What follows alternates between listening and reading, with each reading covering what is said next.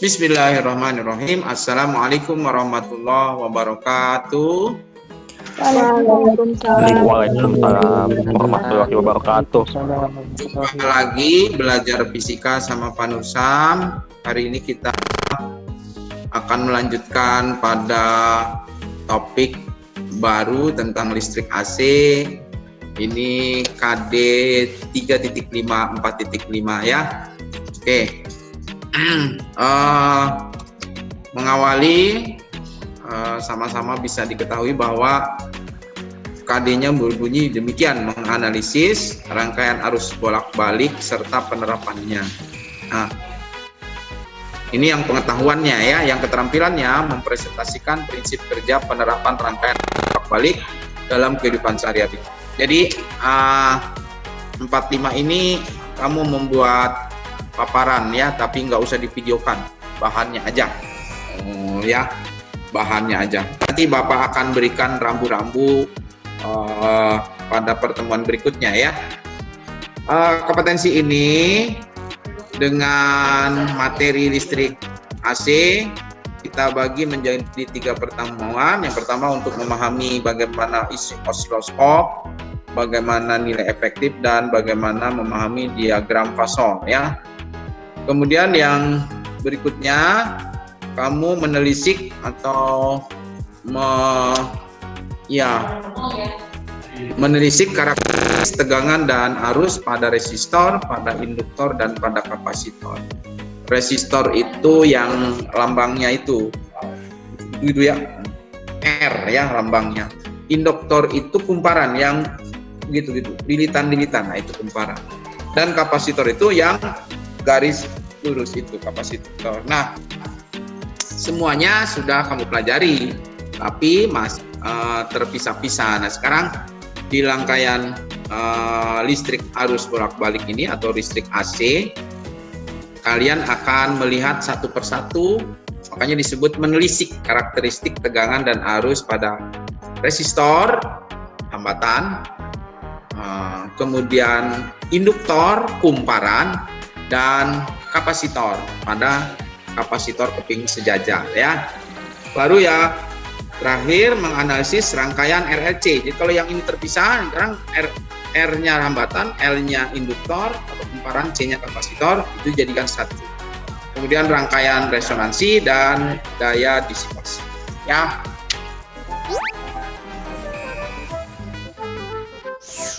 Halo sahabat Dikbud, di masa kebiasaan baru seperti sekarang ini, ingat selalu pesan ibu.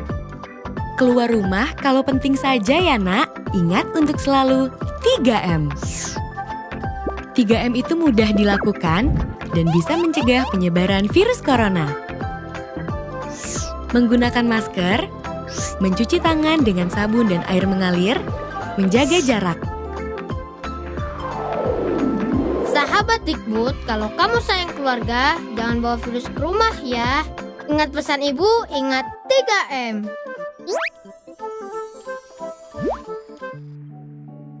Ada yang masih ingat nggak? Ini gambar apa?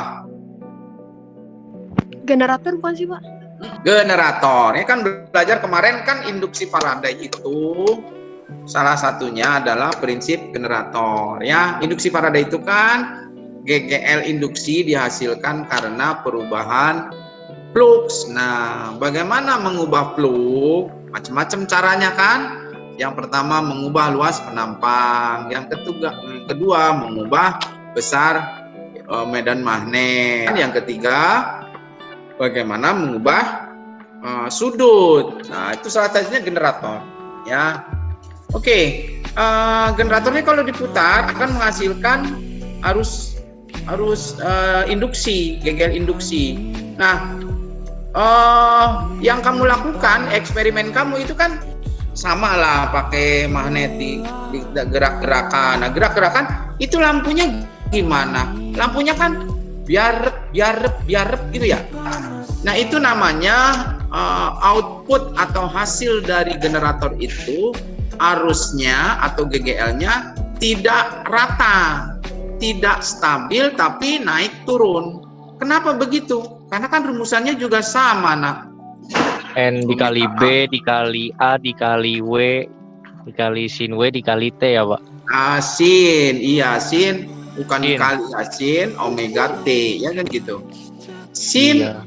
sin sudutnya atau omega Omega. T, gitu kan? Atau lagi ini disebut epsilon maksimum, Kang. Fisik apa yang sudah kamu dipelajari di matematika, bukankah ini sama dengan Y sama dengan A sin X kan gitu, kan sama sin X. Iya, A-nya amplitudo kan, X-nya sudut, sehingga grafiknya seperti ini tuh ya. Nah sekarang ini ada dua gambar berikutnya. PLN kita colokan tuh yang suka kamu cari-cari. Kalau diukur pakai voltmeter, ada yang bisa jawab nggak? Berapa tegangan PLN yang kamu colokin biasanya pakai buat ngecas? Tahu, Pak. Siapa? 2.300, Pak. 2.200. 2.300, Pak. Nah, itu Pak, itu bukan tegangan, itu wattnya. Ada rumah yang 1.300, ada yang rumah 2.200, 220 volt, Pak. ada yang 900, ada 450 ya. 5 volt, Pak, 5 volt. 5 volt mah itu mah baterai kamu. 250, bukan, 220, Pak. 220 betul. Nah, padahal 220-nya itu PLN itu kan sebenarnya grafiknya begini tuh. Jadi sebetulnya ada yang perlu dipahami oleh kalian. Jadi yang diukur oleh voltmeter kayak gini itu bukan nilai seperti yang tercantum keadaan sesungguhnya yang harusnya berapa maksimum, berapa minimumnya. Maka kalau ingin tahu berapa tegangan maksimumnya PLN, kita tidak bisa menggunakan alat ini langsung ya. Ini voltmeter gini langsung nggak bisa. Harus melalui tafsiran langkah berikutnya. Kalau ingin harusnya kita menggunakan alat ukur yang seperti ini. Ini namanya osiloskop. Osiloskop dilengkapi dengan cara membacanya. Ada time per division. Time division itu arah ke kanan ini ya. Ini arah horizontal. Arah ke sana, arah ke kanan. Time per division. Kemudian ada yang volt per division. Jadi kalau ini arah horizontal. Kemudian ada volt per division. Bagaimana caranya membaca ini? Menghubungkan maksimum dan minimum. Ini cara bacanya. Pertama, osiloskop itu bisa membaca untuk periode. Periode itu dari sini ke sini itu periode tuh. Ini ke sini periode. Periode karena skalanya 50 mikrosecond, ini mikro tuh. Ini mikro. Berapa frekuensinya? Frekuensinya F seperti mikro itu 10⁻⁻⁶. Naikin ke atas, jadi 1 juta dibagi 150, 6.666,7 Hz. Kemudian berapa amplitudenya? Jadi amplitudenya itu kan dari sini ke atas atau dari ini ke bawah. Jadi ini hasilnya 2,5 cm. Berapa tegangan maksimumnya? Maka ini 10 milivolt per divisi, berarti 1 sentinya. Maka ini hasilnya 2 milivolt. Nah, begitu nah. Voltmeter yang tadi, nah, yang voltmeter itu sebetulnya hanya nilai efektif. Nah, jadi berapa hasilnya? Maka hasilnya 25 dibagi akar 2, hasilnya 12,5 akar 2. Jadi tidak sama antara yang dibaca oleh voltmeter dengan yang dibaca oleh osiloskop. Osiloskop gambarnya persis mengikuti aslinya. Ada maksimum, ada minimum. Sedangkan voltmeter itu tidak membaca aslinya. Dia hasil rata-ratanya, bukan rata-rata sebetulnya, efektifnya namanya. Dalam bahasa matematik itu disebut dengan root mean square, akar rata-rata kuadrat. Coba yang berikutnya, bisa nggak nih? Kalau ini gimana? Periode sama nih, 3 kali 50, ini sama periodenya.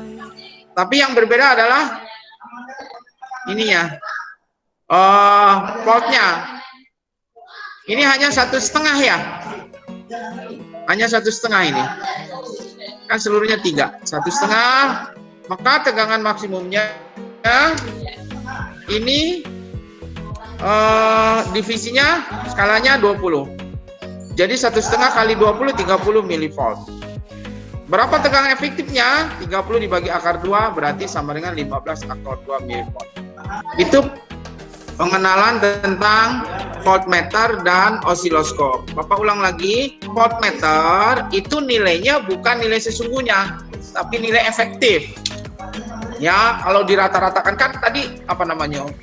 Naik turun. Nah, efektifnya itu di hasil oleh voltmeter. Tapi kalau ingin sesungguhnya berapa maksimumnya itu menggunakan osiloskop, bahkan bisa menghitung frekuensinya, ya, bisa mengukur frekuensinya.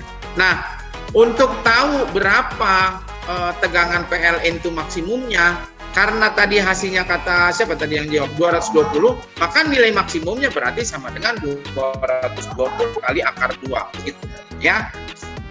Fasor, apa itu fasor? Anak-anak, di matematika pernah kamu diminta menggambar ya, bahwa gambar seperti ini adalah grafik untuk Y sama dengan A sin omega T, sin theta. Nah, cara ini bisa digambar dengan cara yang lain, namanya fasor. Fasor itu cara menggambar grafik sinus tapi menggunakan vektor. Vektornya jadi berikutnya. Ini ada gambar seperti ini. Persamaannya V sama dengan 2,0 sin omega T plus pi. Kalau di sini sinusnya, grafik sinus ini mulainya dari 0, Y-nya juga 0. Nah, sedangkan yang ini, pada saat T sama dengan 0, dia nilainya maksimum. Bahkan ini seolah-olah bergeser, sekali lagi, seolah-olah ini grafik ini bergeser ke kiri. Coba kan bergerak ke kiri tuh. Berapa besar bergerakan ke kirinya? Bergeser 1/4 getaran. 4 getaran itu sama dengan pi per 2. 1 getaran itu kan 2 pi, ya, sudutnya. Bagaimana menggambarkan fasornya? Dalam koordinat kartesius yang dihubungkan dengan sudut, ini arah timur itu sudutnya 0 derajat. Arah utara sudutnya pi per 2. Ya. Karena mulainya tidak 0 tapi pi per 2, maka arahnya juga ke utara. Fasor itu adalah gambar vektor dari sinus. Gambar vektor dari sinus. Kemana arah vektor? Sesuai dengan sudut awalnya. Sudut awalnya 0, maka arahnya 0. Berapa panjang vektor? Sesuai dengan amplitudonya. Nah, karena di sini amplitudonya 2, maka panjangnya juga 2. Nah, bandingkan lagi yang ketiga.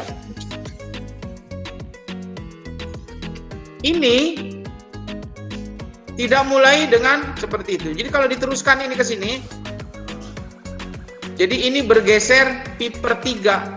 Bergeser pi per 3. Maka persamaannya adalah V sama dengan 0,5 sin, ya, omega T, ini omega T, minus pi per 3. Nah, kalau minus pi per 3, maka ini menentukan arah vektornya, arah fasornya. Gambarnya seperti apa? Seperti ini jadinya. Jadi ingat, sudut itu berlawanan jarum jam arah positifnya. Ini positif, ya. Jadi kalau searah jarum jam seperti ini, maka ini sudutnya negatif. Nah, ini sudut negatif.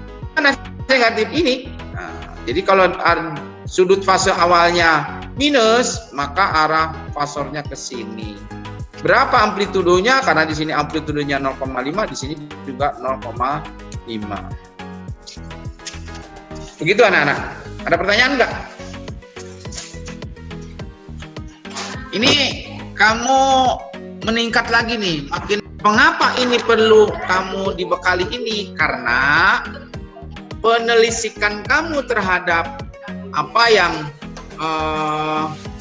menjadi karakteristik tangkaran listrik AC itu perlu pengetahuan ini, gitu. Berarti tiga-tiganya udah dapet tuh, udah belajar, udah selesai kalau gitu. Satu, belajar tentang apa tadi? Osiloskop, ya kan? Yang kedua, nilai efektif. Terus yang ketiga tentang fasor. Sekarang kita coba bahan diskusi aja. Tampilan osiloskop itu menggunakan skala vertikal 2,0 volt per cm dan skala horizontal 10 ms per cm. Berapa frekuensi? Apa Pak? Milisecond. Milisecond per cm. Berapa frekuensi getaran? Berapa tegangan maksimum? Berapa tegangan efektif? Iya. Iya, coba Ren nih periodenya berapa ya Ren? Gambar itu. Berapa kotak periodenya? 2. 2 ya? 4 kan, Pak? Dari sini jauh sama. Ini periode 4. Iya, jadi 4. Nanti 10 gitu ya. Milisecond per senti. Jadi hasilnya 40 milisecond. Terus berapa frekuensinya? Frekuensi apa rumusnya? F sama dengan seperti ya kan, 1000 dibagi 40, 100 dibagi 4, jadi 25 Hz gitu. Berapa tegangan maksimumnya? Kalau tegangan maksimum ini amplitudo, ini amplitudonya 2 cm. Kalikan dengan skalanya. Skalanya berapa?